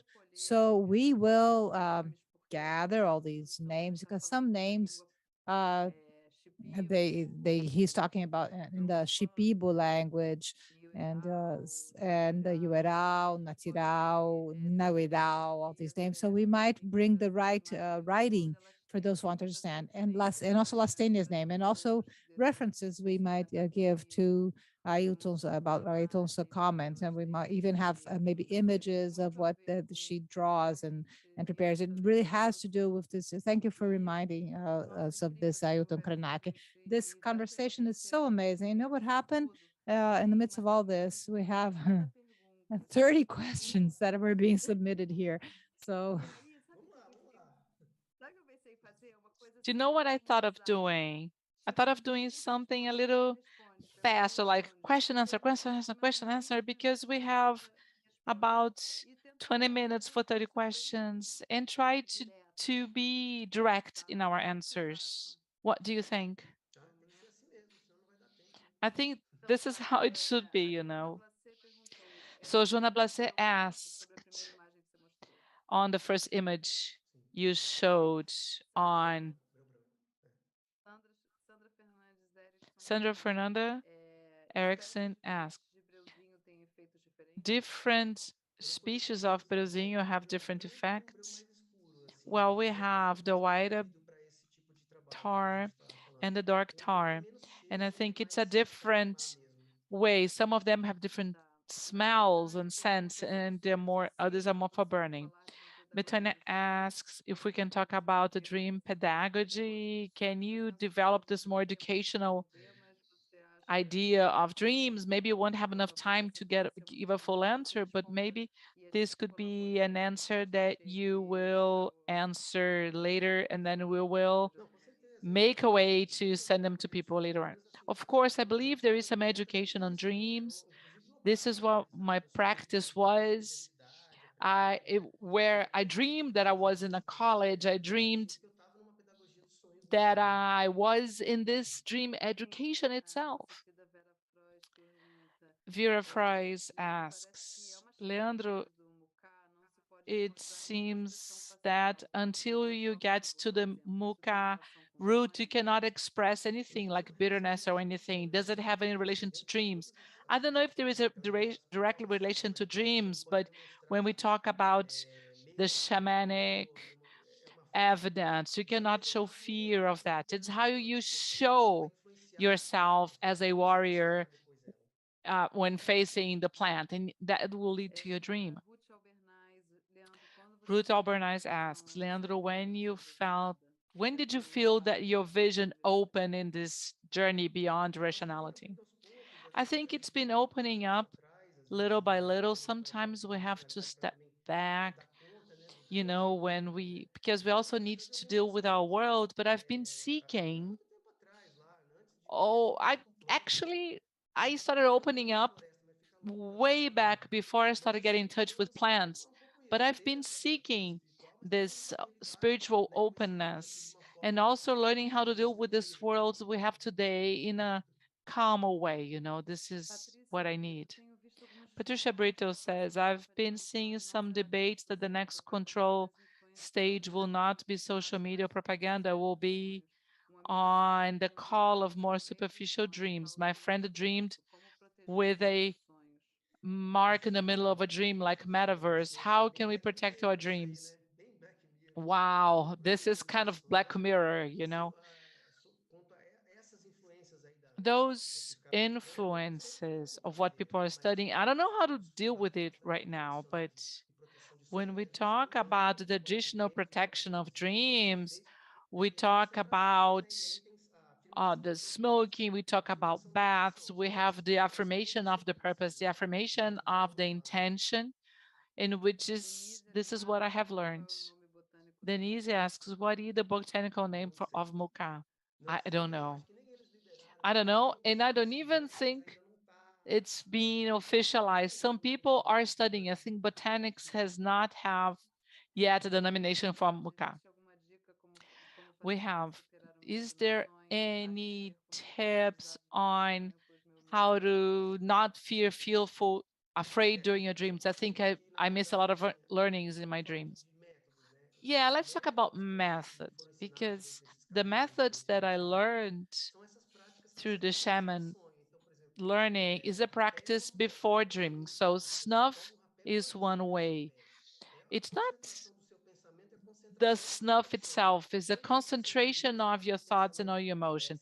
Before you go to sleep, you are aware that you're going to fear that fear, face that fear, and then you need to ask. It's not once, twice, or three times. It's before going to sleep, you need to ask to face your fears and overcome them. Another question is your book sold out? How can we find your book? So on that link of Reluz, you can find, and you have an ebook format on Amazon. Lídia Mello says, good evening. When is it a projection or not when we talk about the ayahuasca? When we dream, we also work towards the unconscious. Are dreams different? So this is a quite lengthy debate. Putani has affirmed that when you're dreaming, you are more open, you are more receptive than with ayahuasca. But I think it is, ayahuasca is also an oneiric environment, but I'm gonna go through a guess here. I think these are different ranges of vibration. I think everything goes towards the dream, but ayahuasca is more of a pre-dream. Is on this range before you enter this thought vibration of a dream. This is how I understand it. Luciana Alves, is it, is the initiation, what I understand, are women also initiated, are children also initiated in this process? Not children, but women can be initiated. It's been 20 years, let's say, that Putini has been initiated, but for children, it's not initiation.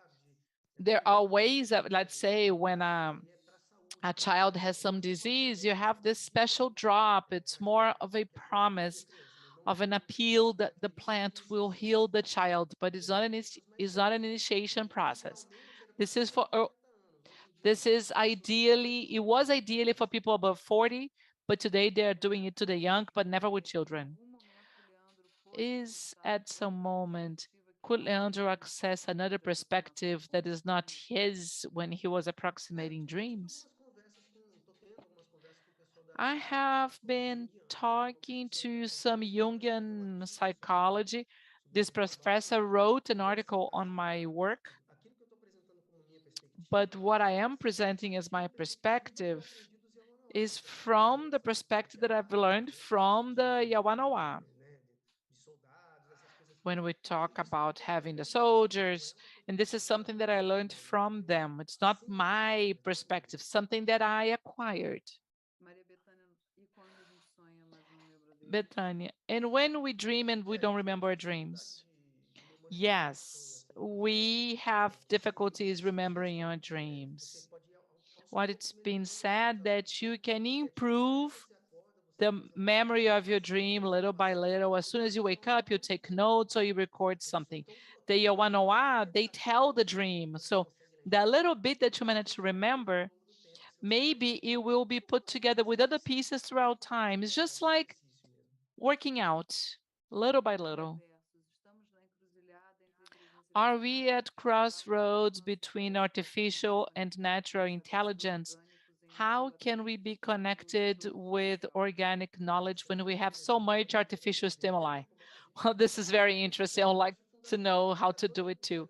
I think it's a key question because we are talking a lot about artificial, about seeking life on other planets, and we need to connect with organic life in our planet. So this is key, and this is something that I'm still studying. Why not seek other forms of intelligence like vegetal instead of artificial intelligence? But I don't have an answer for that. I'm looking for that too. Let me comment on that, says Ailton. Que bom, Leandro, que você Leandro, how good it is that you have warned us for the possibility of seeking intelligence in other places, because the artificial intelligence,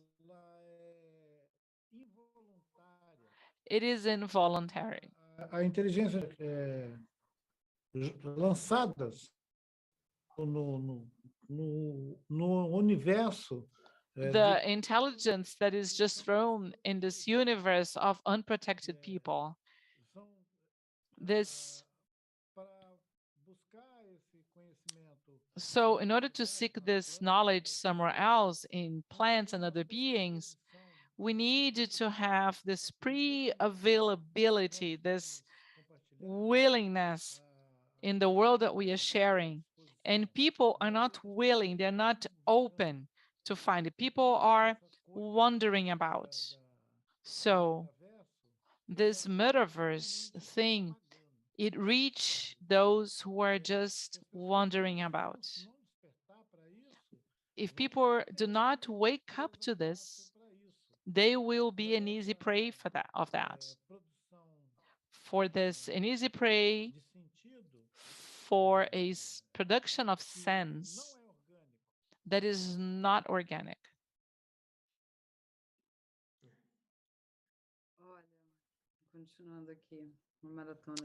Moving on with our series of questions.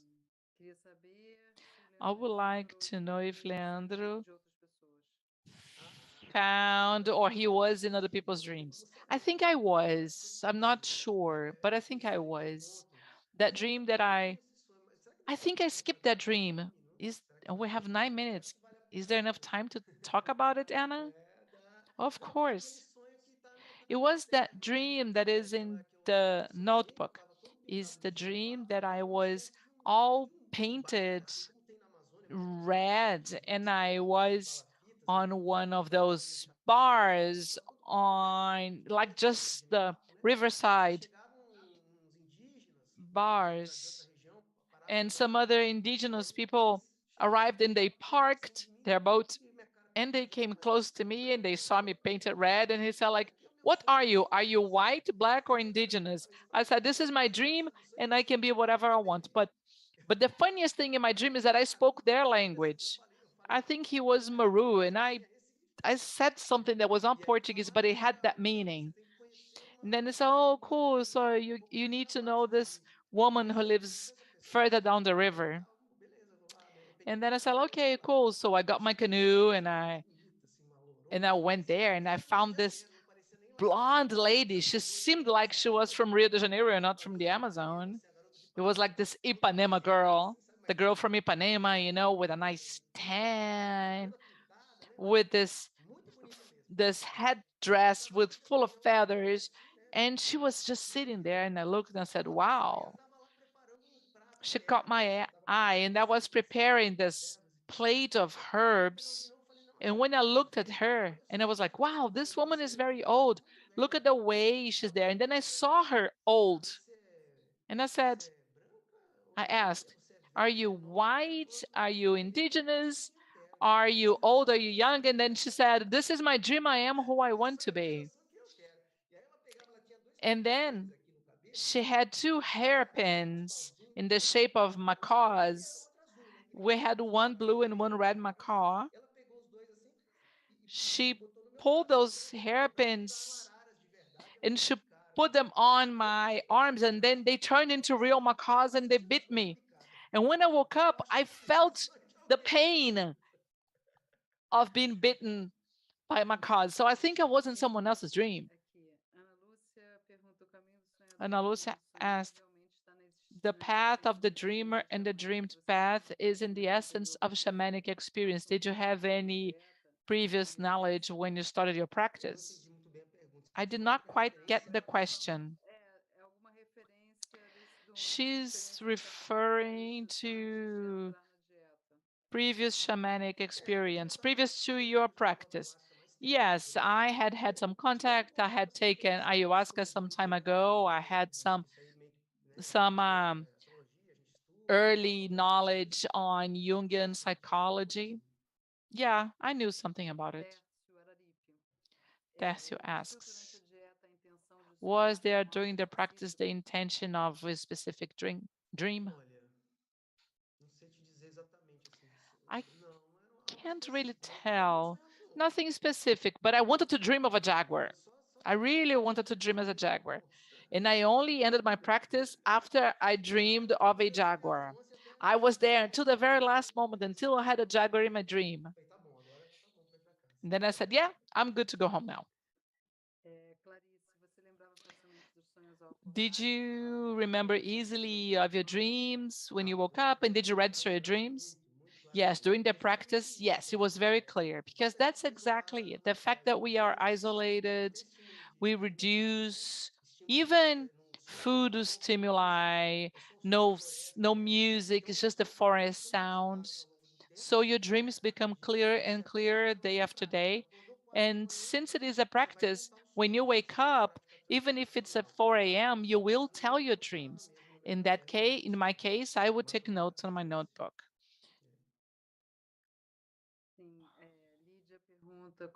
Lydia asks, how can we do it since we don't have a guide or a shaman? How can we do it on our own in this Brazilian reality?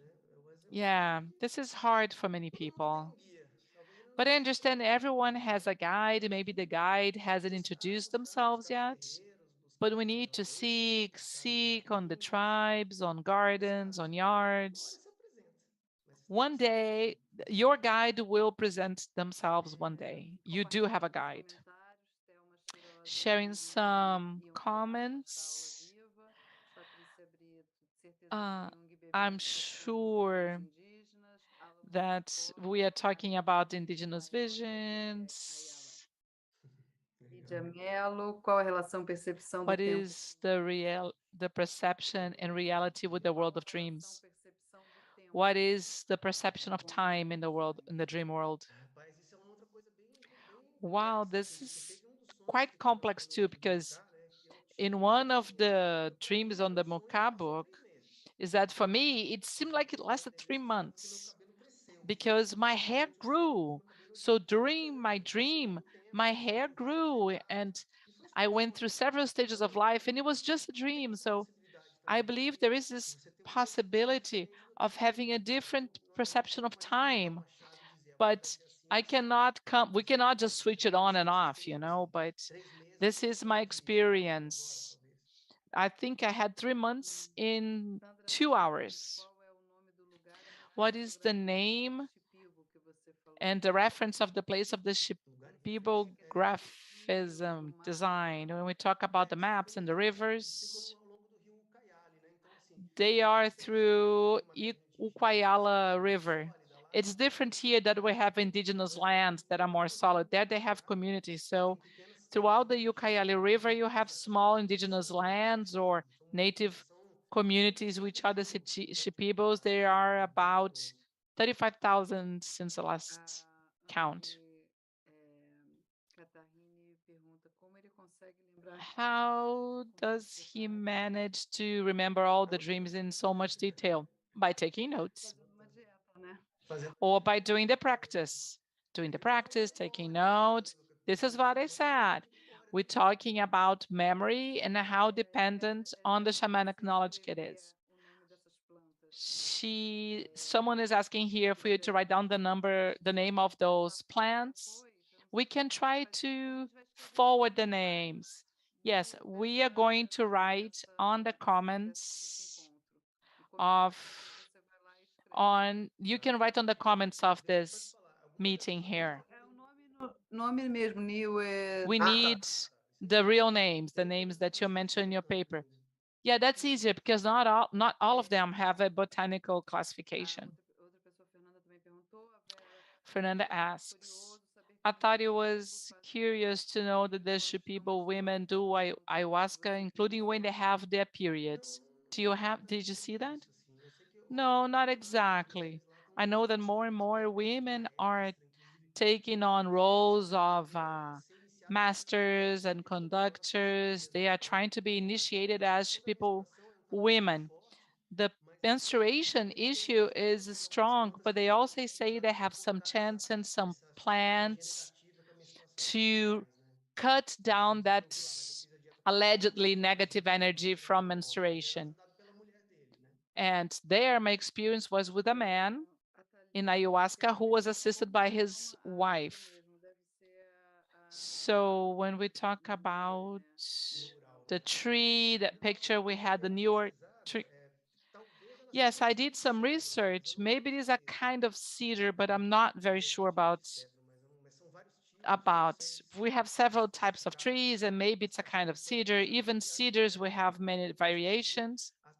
And it's interesting to say that ethnobotanical classification is different. So Urantichau, it's a variation that talks about the heart, and we have many other plants that have the heart shape.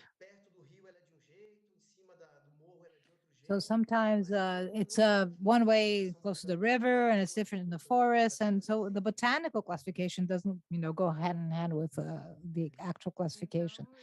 So I guess these are the questions we had. I know that other questions are being submitted. We will have to hire Leandro to become an oracle. He will stay here for hours and hours answering your questions, and he will just stay here as an oracle answering all the questions. All types of questions are being submitted here. So yeah, well, yeah, why not? I can be an oracle. That was a good one. Okay.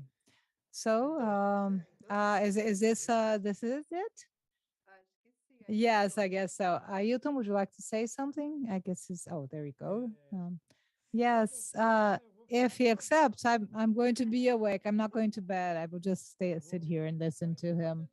As long as he's here, serving as an oracle, I will be here. What amazing experience, Leandro, to share this with you. These decades of research. Yes, we're talking about decades here. Many of those who were here today might imagine that in 1 year, 2 years, 5 years, you will maybe experiment different levels of this experience. But some people will spend their whole lives without, not in any kind of haste to learn, to walk in these paths and these different landscapes that are always moving. Sometimes it's the highest elevator. And you can also get in touch with an experience that is an inner experience. They said, yeah, but we're in the city, we don't have forests, we don't have the shaman, we don't have any guides. But there is a guide. There's the inward guide you have. Leandro referred to this ancestral guide. Everyone has an ancestor. You have that seed in you. Even those who do not go into your dream to find that seed, even those people have the seed. So it is a way to awaken that seed you have in you. Sometimes we don't even know we have this seed. And again, giving a new meaning to what Mahatma Gandhi said. We can start anything with our inner seed. If we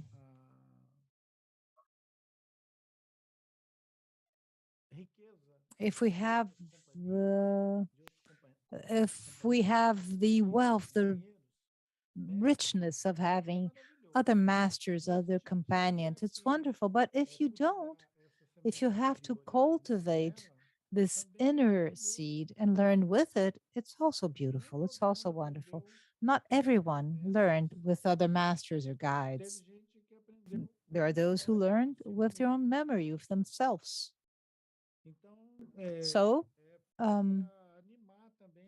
it's really to animate those who feel this absence of support. And everything we need is here. We have it in ourselves. And I guess you have to trust that. And some of our older guides would bring us this feeling, you were close to someone that no longer feared.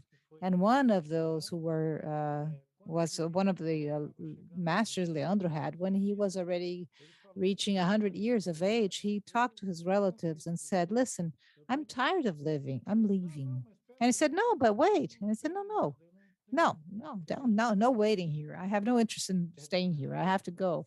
I don't want to, keep pace with you guys. I just want to leave. And that's about it.